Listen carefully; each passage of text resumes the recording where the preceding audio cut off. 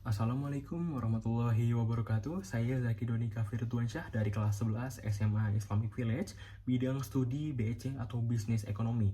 Pada video kali ini saya akan fokus membahas faktor dan sektor yang menjadi pengaruh besar pada pertumbuhan ekonomi suatu negara.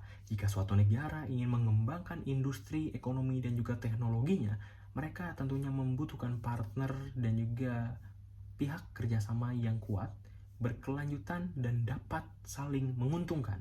Dan pada video kali ini saya akan membahas fokus pada investasi bidang industri dan juga bidang teknologi yang dilakukan secara bilateral oleh Indonesia dan juga India, yaitu poster yang telah saya buat membahas tentang hot topic yang tengah dibahas akhir-akhir ini di tengah masyarakat, yaitu adalah impor 105.000 unit kendaraan dari India yang dilakukan oleh Indonesia.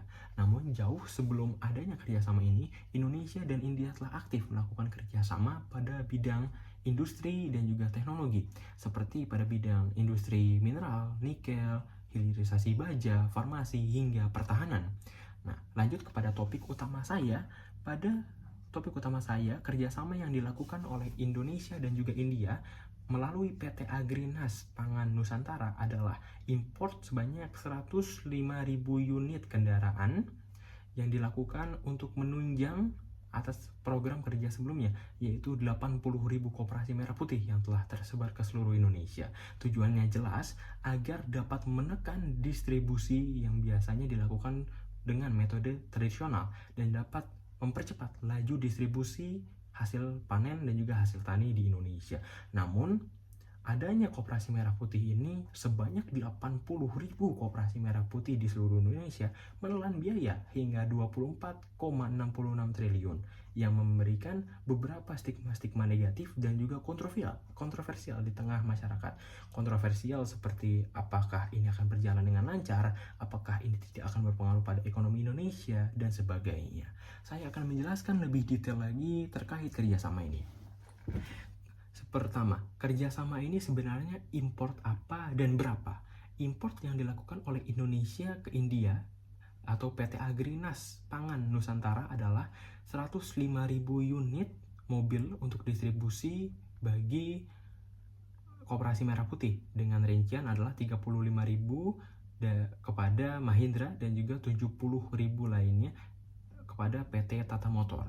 Nah, alasan sebenarnya adalah untuk memperkuat program kerja dari Koperasi Merah Putih sehingga petani-petani lokal dapat lebih cepat memberikan hasil taninya kepada Koperasi Merah Putih dan didistribusikan dengan 105.000 mobil ini. Tentunya atas adanya impor besar-besaran ini menimbulkan pertanyaan besar, mengapa Indonesia justru impor ke negara luar? Nah, mengapa Indonesia impor ke negara luar berdasarkan alasan pemerintah adalah dengan impor keluar ataupun impor dari India ini ternyata harganya hanya setengah jika produksi lokal. Jadi produksi lokal dianggap harganya 2 kali lipat dari harga yang diterima atau harga yang dibayarkan oleh pemerintahan Indonesia kepada India. Lanjut adalah dampaknya. Bagaimana dampak besar yang dibawakan atas adanya impor besar-besaran ini? Tentunya adalah tekanan terhadap industri otomotif lokal yang seharusnya dapat dikembangkan di sini, yang seharusnya uangnya dapat berputar di sini justru diputarkan di luar, justru yang berkembang industri luar. Namun, status saat ini adalah beberapa mobil yang telah sampai pada akhir Februari, PT Agrinas patuh terhadap perintah pemerintah dan juga DPR RI untuk menahan dulu agar mobil-mobil yang telah sampai dapat ditahan dulu agar dapat lebih diperjelaskan kepada masyarakat apa fungsi import ini dan bagaimana mobil-mobil tersebut dapat digunakan dengan baik.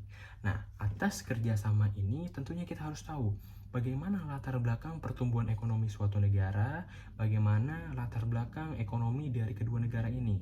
Pertama dari India ternyata memiliki pertumbuhan ekonomi yang sangat besar, bahkan menempati posisi keempat terbesar di dunia dengan rincian 7 hingga 8% pertumbuhan ekonominya, laju pertumbuhan ekonominya, dan PDB-nya adalah 3,9 triliun pada 2024 dan naik menjadi 4,3 triliun pada 2026, merupakan angka peningkatan yang lumayan dan sangat drastis. Bagi Indonesia sendiri, Indonesia tidak kalah dan Indonesia tidak tertinggal. Indonesia memiliki laju pertumbuhan ekonomi yang juga kuat, sebesar 5,11 triliun pertumbuhan ekonominya, dan memiliki PDB pada tahun 2025 mencapai 1,44 triliun. Bukan angka yang sedikit dan juga tidak jauh beda pertumbuhan ekonominya, sama-sama kuat dengan India. Namun, apa dampak yang dapat dirasakan kedua negara ini? Dampak yang dirasakan dari negara India pertama adalah mereka memiliki atau merasakan lonjakan distribusi atau lonjakan produksi dari otomotif.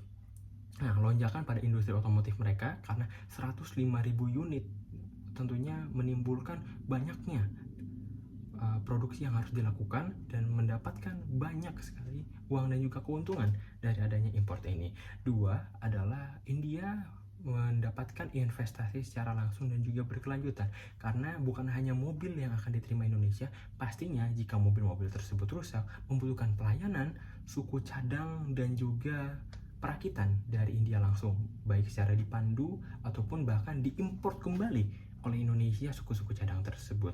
Dan juga India akan merasakan diversifikasi ekonomi yang biasanya mereka ketergantungan dengan pembelian lokal. Karena adanya pembelian sebanyak ini dari wilayah asing atau dari negara asing seperti Indonesia, India memperkuat penjualannya bukan hanya fokus pada lokal, namun pada internasional, terutama Asia Tenggara, khususnya Indonesia. Dari Indonesia sendiri akan mendapatkan dua dampak positif dan juga negatif tentunya. Dari dampak positifnya, Indonesia memiliki peluang yang lebih baik dalam investasi logistik dan juga koperasi, karena dari 80.000 koperasi merah putih yang ada, dari 105.000 armada yang dikerahkan untuk koperasi merah putih ini akan menekan distribusi yang dilakukan oleh para petani, akan lebih cepat dan akan lebih efisien dari petani sampai ke tangan konsumen, dan tidak perlu memiliki banyak-banyak proses seperti jika dilakukan secara konvensional.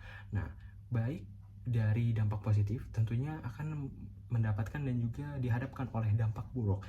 Indonesia dikhawatirkan akan berdampak menjadi economic loss, atau nilai-nilai yang dibayarkan Indonesia kepada India seharusnya dapat diputarkan uangnya di Indonesia ke produsen-produsen lokal, karena beberapa pihak menyatakan dan juga beberapa pihak menghitung setidaknya 36 atau 39 triliun yang seharusnya bisa masuk ke kantong lokal dan juga diputarkan uangnya di dalam industri lokal justru menghilang, karena otomatis uang-uang tersebut ataupun nilai jual yang harusnya bisa didapatkan produsen lokal diberikan kepada produsen di luar negara kita, yaitu di India. Nah, dari hal tersebut tentunya dampak negatif yang kedua adalah menekan laju pertumbuhan atau laju pengembangan industri otomotif di Indonesia yang seharusnya dapat dikembangkan di sini, memiliki peluang yang besar di sini karena dilirik oleh pemerintah, hilang karena pemerintah justru melirik produsen dari India. Nah, dari dua dampak yang dirasakan oleh kedua negara tersebut, apa sih sebenarnya dampak bagi bilateralnya? Bagaimana dampak bagi kerjasamanya? Pertama, dalam sisi perdagangan, Indonesia dan India menjadi lebih kuat. Karena Indonesia yang tadinya ketergantungan otomotifnya kepada Jepang, memiliki mitra baru, yaitu India sebagai opsi kedua. Jika salah satu opsi tersebut ada yang tidak menguntungkan Indonesia, Indonesia masih memiliki cadangan kemitraan lainnya. Dan juga investasi jangka panjang, karena atas adanya investasi sebesar ini tentunya akan menghasilkan bibit-bibit investasi lainnya yang akan dilakukan oleh Indonesia dan juga India, dan akan saling bertukar informasi untuk saling mengembangkan industri ke depannya. Dengan adanya kerjasama yang baik ini, kesimpulan dari kerjasama ini adalah Indonesia dan India sama-sama merasakan dampak signifikan dalam segi investasi. India mendapatkan dalam segi investasi industrinya yang dibeli oleh Indonesia secara angka yang banyak, secara nominal yang banyak. Indonesia pun mendapatkan investasi yang signifikan, yaitu mendapatkan pertukaran informasi tentang teknologi dari mobil ini, tentang teknologi industri yang dilakukan di India, bagaimana pengembangan suku cadangnya agar dapat dirakit secara lokal, dan juga investasi secara pangan, investasi secara koperasi, dan juga investasi secara logistik. Jadi kesimpulan atas adanya kerjasama ini, dua negara saling untung karena dua negara ini saling membutuhkan kedua hal tersebut. Pertama industri dan juga pangan. Mereka masih membutuhkan stabilisasi dalam dua sektor ini.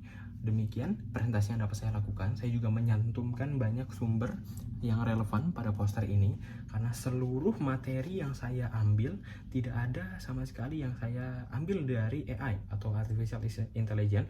Seluruhnya saya ambil dari sumber-sumber yang relevan, dari kanal berita, dari artikel media, maupun website bisnis, dan juga website tentang pangan dan kerjasama internasional. Demikian presentasi yang dapat saya lakukan. Wassalamualaikum warahmatullahi